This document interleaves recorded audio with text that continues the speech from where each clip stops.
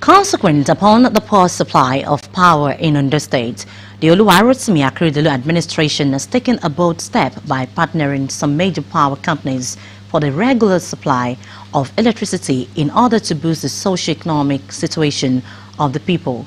Ondo State's Commissioner for Energy, Mines and Mineral Resources, Razak, confirmed the partnership in an interactive session with staff of Sumo, an electrical power company contracted to construct a mini-grid for the supply of power to traders in Akure. According to him, the Ondo State government is partnering no fewer than 30 power companies to invest and supply regular power to the people. He reiterated the government's commitment to provide the enabling environment for the projects to take off, advising that charges on consumers will be friendly. Sumo Chief Operation Officer Mr. Joel Abodere said the company had secured a parcel of land near the Deji's Palace in Akure for the construction of 83 shops to benefit from solar panels as a pilot program. The Ondo State House of Assembly has sued for peace between management and staff of Rufus-Giwa Polytechnic or for the progress of the institution. The leadership of the House, during a peace mission to the academics institution, urged the labor unions to give room for dialogue so that all issues in contention can be amicably resolved. House of Assembly correspondent Omoshiliola Desoyajayi now reports. Efforts to put an end to the incessant industrial actions by the labor unions of Rufus-Giwa Polytechnic Owo prompted this visit of the principal officers of the State House of Assembly, led by the Speaker, Mr. Bamidele Oleyelogun, members of Non-Academic Staff Union NASU, and the Senior Staff Association of Nigerian Polytechnic, SANIP, of the institution, had again embarked on an indefinite strike last week to press home the demand for payment of 11 months' salary arrears, among other requests. While addressing the legislators, the rector, Mr. Ganiu Ogundaunsi, highlighted some of the challenges confronting the institution while appealing to staff to resume work for the interest of students. He explained that efforts are on to address the issues and sought the support of the legislature. This polytechnic has been able to maintain its regular academic calendar. That one was a little bit bleed sometimes, but we have been able to bring that one. We cannot afford to fritter away all these gains of yesterday months. We must be conscious of that. The Speaker, Bamidele Oleyelogun, assured that efforts won't be spared to bring lasting solution to the issue, adding that the Governor of Ondo State, Oluwarotimi Akeredolu, is passionate about the affairs of the school. He directed the rector of the school, Mr. Ganiu Ogundaunsi, to forward necessary documents to the House and carry out staff auditing to a certain number of workers in the institution. Just help us to make sure this institution developed, please, in any form that you will use. Give Mr. Governor the respect and the chance to mediate, to come to our aid together. We are joining you now to make sure the lasting solution is put. Other lawmakers tasked the institution to look inwards to boost its internally generated revenue. I want the management to see how they can create a synergy, a solid one between the union and this institution. If we shy away from certain realities, we will continue like this for another 1 month or 2 months. I think the time has come to face the reality. Let's have a robust discussion. I can understand you are also working for people, because if you are not doing the right things, I know what you will be getting back from your association. We need to do audit, staff audit, to justify the number of people that we have here. The chairman of the Non-Academic Staff Union, Obayori Adebayo, and his Senior Staff Association of Nigerian Polytechnics counterpart, Chris Oluwolade, assured the lawmakers that the strike would be called off as soon as some of their demands are met. Omoshiliola Desoyajayi, Osrc News. Meanwhile, the National Parent Teachers Association of Nigeria, NAPTEN, has kicked against the planned return of public schools to faith-based organizations, saying the move will only increase the alarming number of out-of-school children. Addressing a press conference in Akure, NAPTEN Vice President, who is also the state chairman of the association, Mr. Abimbola Omoloja, said government had paid the missionaries while acquiring the schools between 1980 to 1983, but only retained their original names as a mark of honor. At the Economic Summit in 2019, it was resolved and a communique was issued that between 1980 and 1983, when government took over schools from missions, they have been paid off. You cannot eat your cake and have it back. And at the same time, government only retained the names of missions in those schools as a sort of respect. If missions wants to have schools now, they should go and establish new schools. The one already taken over by the government, apart from the fact that they have been paid off, the government has also been renovating and reconstructing new schools, buildings, and have been maintaining. If schools are handed over to the mission, the paupers, the indigents will suffer.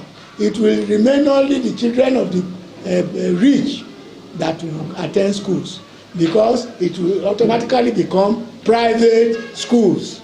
And these missions can charge any amount at their will, because they will have problem in the payment of teachers and the maintenance of schools.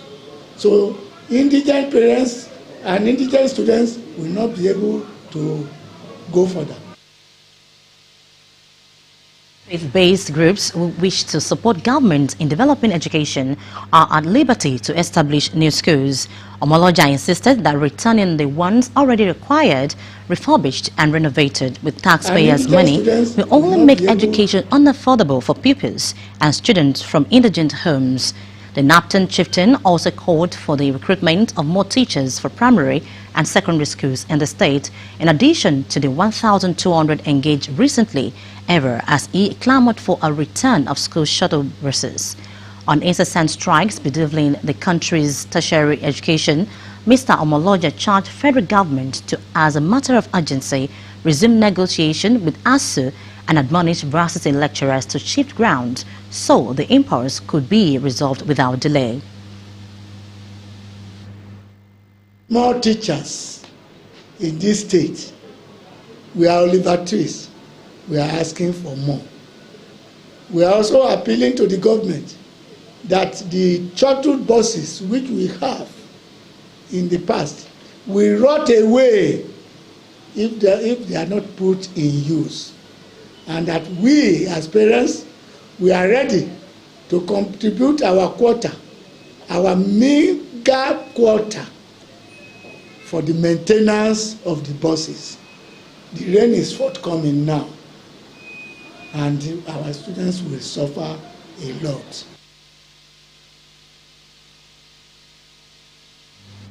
And that was the NAPTEN Vice President Abimbola Omoloja. In compliance with the directive of the Ondo State government, political appointees in Governor Oluwarotimi Akeredelu's cabinet have begun turning in their resignation letter. 3 members of the cabinet have been identified as leaving the government due to their political ambition in the 2023 electoral process. They include the Commissioner for Information and Orientation, Donald Ojogo, its local government and chieftaincy affairs counterpart, Adigboyega Adefarati, and the special advisor to the governor on regional and diaspora matters, Victor Ataibule. The Ondo State government had given political appointees intending to participate in the next electoral process till tomorrow, 14th April, to tender their resignation. At a circular by the Secretary to the State Government, Mrs. Oladunyodu, the directive is in line with the demand of the amended Electoral and Independent National Electoral Commission INEC guidelines on the conduct of the general election. The statement said all contestants for elected positions or delegates must adhere strictly to the provisions of Section 84, subsection 12 of the Electoral Act 2022. Legal practitioners have commended the Ondo State government's directive that appointees seeking elective office should quit on or before tomorrow, 14th April. Those who spoke to us on the phone said the move was in compliance with the new Electoral Act. A senior advocate of Nigeria, Mr. Tony Adeni, says since the section of the law forbidding political appointees standing elections while in office has not been set aside by any court, it may be counterproductive if not complied with.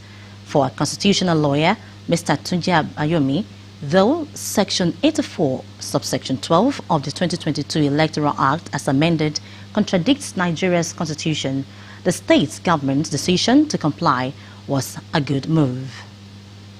My reaction is lawfulness. They have to resign. That's what the Electoral Act says. So people have to be lawful. It's not a controversy. The law has been signed, and that's all. Whoever fails to do so is risking his or her election. If he wins and has not complied with it, INEC can revoke the victory. His opponent can revoke the victory. Since that law has not been annulled by the court, I think every executive swears to uphold the law. I assume that's why the government is referring to the section in the amended Electoral Act, which was signed to law by the President. However, in my view, as a constitutional lawyer, I believe that section is inconsistent with the provision of the Constitution. And ahead of the 2023 general elections, residents of Ondo State are visiting offices of the Independent National Electoral Commission to initiate process of obtaining their permanent voter cards. The visit follows the commencement of the final round of continuous voter registration exercise scheduled to end in the month of June. Saeed Aribisala, who was at one of the offices of the INEC in Ondo State, reports that residents called on the electoral body to increase the speed and mechanism of attending to individuals. Another opportunity has presented itself for eligible voters through the continuous voter registration to obtain their permanent voter card ahead of the 2023 general elections. Upon resumption of the exercise, residents besieged one of the most sought-after venues in Ondo State, which is the Akure South Local Government Independent National Electoral Commission office. It's a case of different stroke for different folks here. For some, their coming is to obtain the PVC as first-timers. Others want to either relocate their voting point or have issues with their card. My former voter, we usually vote is at Osrc, but it's too far away from my residential place. So I want to change the place. I've already changed it, but I want to give them the card and then they give me another card. They have just only one machine working. So a lot of people were even fed up. They had to go back home, and then they were sweating over because many people were shouting on them. But that doesn't stop them from working. I give them kudos. There are some people who have not done their CVR online registration, so they gave them a form. So some of us who did, we came. So we are like two separate groups, but they use their wisdom to kind of make the arrangement. While they call in the people who just filled the form this morning manually, they call some sets from them. Then after them they call some of us who has done us online. So that has how they've been doing it. But I think by and large the system is smooth. But I will encourage or advise that they ask people subsequently to do the online registration, because it's faster. When you come here, all you just need to do is to do your thumb printing, then they take your picture and you go. Unlike when you have not done it, they will start entering your data from the beginning. Gabriel is 22 years old, and this is his first time of attempting to obtain a voter card. Because I know that it is a civic right for every citizen of Nigeria to get the permanent voter's card and cast their votes at the right time. It's also an identity So for people to know that I'm a Nigerian, and to me it's a very big privilege, and I'm happy about it. Like him, there are many others, but one of them has a different reason for seeking to collect the permanent voter card. I want to use it for one form online. That's why I came here today to do the registration. We try. Now after that, I put it out. Next, I came here for the final registration. INEC has said the continuous voter registration exercise will continue until June 30th, 2022, which is the slated date for its suspension. Sahid Aribisala, Osrc News. Wife of Ondo State Governor Mrs. Betsy Ayawa Akeredolu has condemned in totality the incidents of domestic violence in our local government area of the state, describing it as wickedness. In a statement, Mrs. Akeredolu said the action of one Mr. Oluwashinwojo, who reportedly poured boiled water on his wife, Iyanu, would not be swept under the carpet. Mrs. Ayawa Akeredolu advised women to be wary of abusive tendencies in spouses, speak up against domestic violence, and quit harmful relationships to avoid untimely death. She also condemned the spate of spousal violence in the country, citing the unfortunate demise of the popular gospel artist Osrc through physical abuse by her spouse. Mrs. Akeredolu, who assured that the offender would not go scot-free, hinted that the Ondo State Agency Against Gender-Based Violence is already involved with the handling of the case to serve justice. As part of efforts to make tax payment easier, Ondo State Internal Revenue Service has launched a consolidated demand notice scheme which will reduce the multiplicity of revenue collection. The State Revenue Collection Agency has also unveiled a rebranded website to enhance service delivery to taxpayers. Saeed Aribisala reports.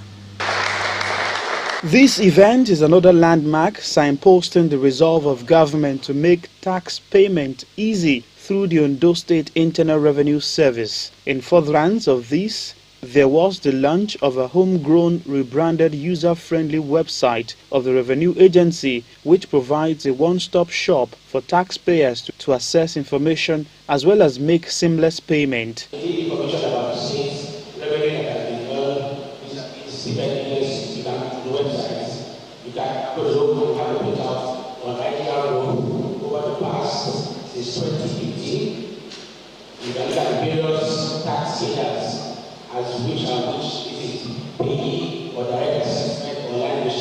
The Ondo State Internal Revenue Service also unveiled a consolidated demand notice which combines annual rate, levy, fee, permit, among others payable by business owners and organizations. The chairman of ODRS, Mr. Tulu Adegbie, said the initiative will reduce the multiplicity of revenue collection. Adegbie noted that the pilot test of the consolidated demand notice will be utilized by hotels, banks and petrol stations. We are hoping that by that 13th of April, we'll have a big ceremony to give out the first purpose seal of hope on that day.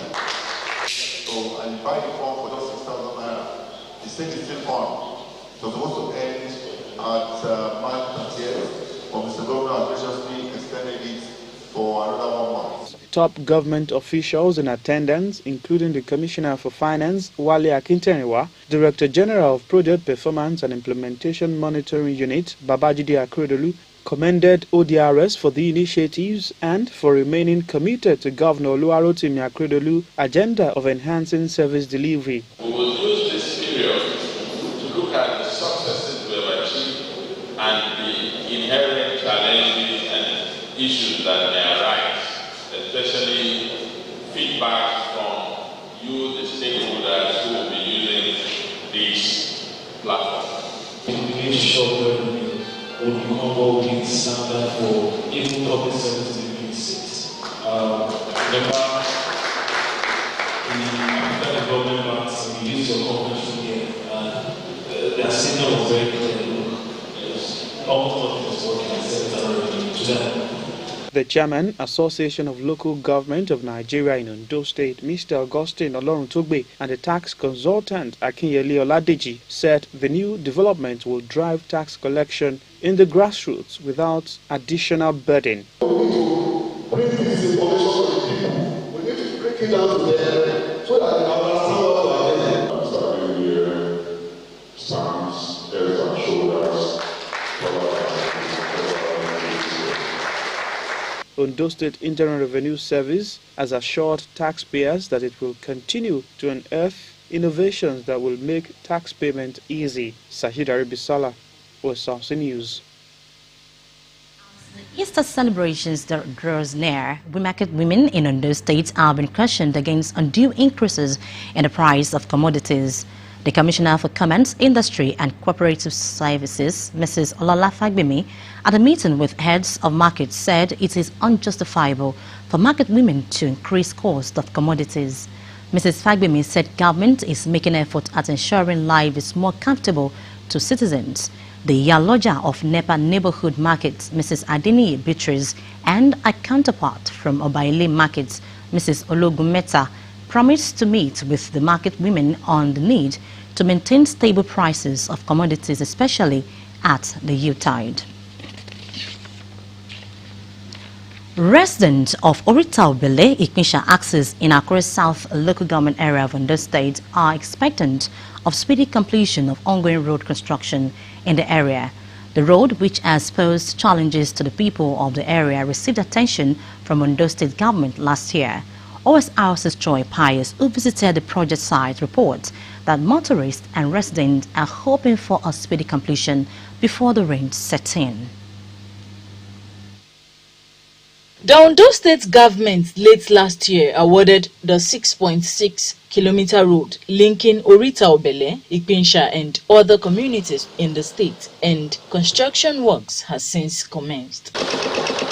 A visit to the project sites at Orita-Obele, Okeodu and Ikinsha showed that work is in top gear and a stretch of 1 kilometer already completed. Some residents applauded Governor Akredolu for the intervention, while others appealed for speedy completion of the road ahead the rainy season, which is expected to begin in earnest. Wọ́n gbìyànjú náà because wọ́n try gidigidi. So I'm dúpẹ́ náà lọ́wọ́ gómìnà wa arákùnrin wa Akérèdọ́lù wọ́n gbìyànjú torí pé wọ́n ṣe takuntakun ní ọ̀nà yìí wọ́n fi tata dín fojú sọ́nà gan ní ọ̀nà ìpínlẹ̀ pé kọ́n lè ṣe gini o kọ́n lè bá wa ṣe ṣùgbọ́n àdúgbò náà fáwọn òkúnà torí pé wọ́n ti wá náà lórí ọ̀nà yìí náà àdúgbò lórí àwọn òṣìṣẹ́ náà tó wọ́n ṣiṣẹ́ náà tó pé wọ́n dáwọ́ dúró. Àwọn iṣẹ́ yẹn wọ́n ṣe déédé wọ́n dáwọ́ iṣẹ́ dúró gbogbo bó ṣe ń ṣe náà pápátá náà là ń wò ń báyìí so wọ́n ṣiṣẹ́ wọ́n ṣe everything ó wà okay so iṣẹ́ wọn dẹ̀ ń lọ. And I'm happy about the construction. We thank the Honorable Governor, our Governor, Barrister Akredolu, for approving the road for us. And we are begging him to please help us complete the road in time. The project engineer said efforts are being intensified to complete the project in record time. The work is moving. So despite the challenges and the weather condition, we are trying to push the work. We've gone far at least. We've achieved nothing less than over 1 kilometer of drainage. So, and the remaining ones still keep going on. So, and we pray that God will help us to keep the work moving. Residents say upon completion, the road network will ease motoring and improve their source of livelihood. Joy Pius, Osrc News. Commercial vehicle operators across the state have been advised to join hands with the 21-man Motor Park Management Committee to effectively carry out its mandate. At a meeting with executives of commercial vehicle operators in Akure, the state capital, the chairman of the committee, Jacob Adebo, stressed the need for members to close ranks for smooth operations. Our reporter Joy Pius again completes the story.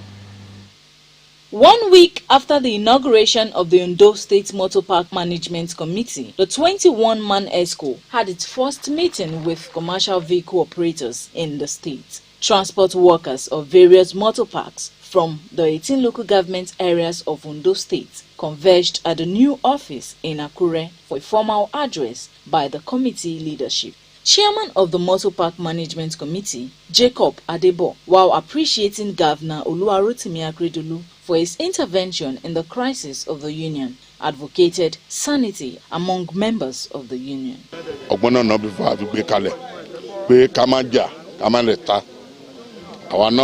committee as a leader, our pirawa, be rush, people bó ṣe tọ́ bó ṣe yẹ bó ṣe tọ́ bó ṣe yẹ ká bá wọn sọ̀rọ̀ kó má sí wàhálà òun náà la dẹ̀ sọ níbí lẹ́ẹ̀kan yẹn pé a gbọ́dọ̀ gbọ́ ìjà lẹ́ni garage pé ní garage lọ́wọ́lọ́wọ́ ẹ̀ ó ti dà ti gọ́ọ̀mẹ̀ntì o kì í ṣe pé kán jáde gbádà ń gbé wá sí garage àti bọ́n kọ́ máa ló kàó ẹni tá a bá ti mú àwọn fúnra wa la máa ń dò fà fún gọ́ọ̀mẹ̀ntì. The deputy chairman, Mr. Festus Obasoto, emphasized the need for peace to reign among members. All we want in Ondo State for now is peace. If we didn't carry everybody along, there won't be peace.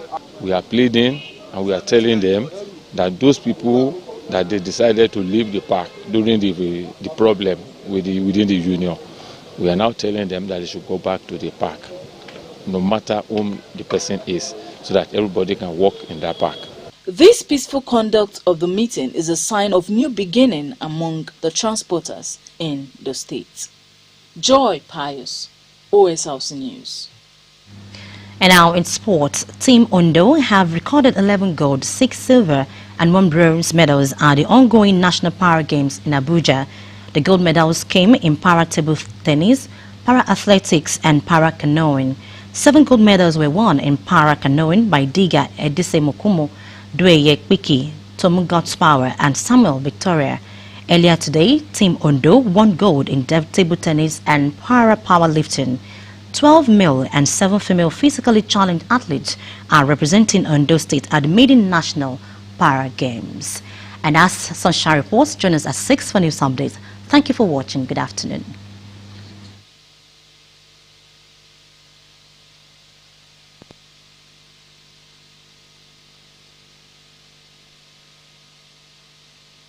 Go.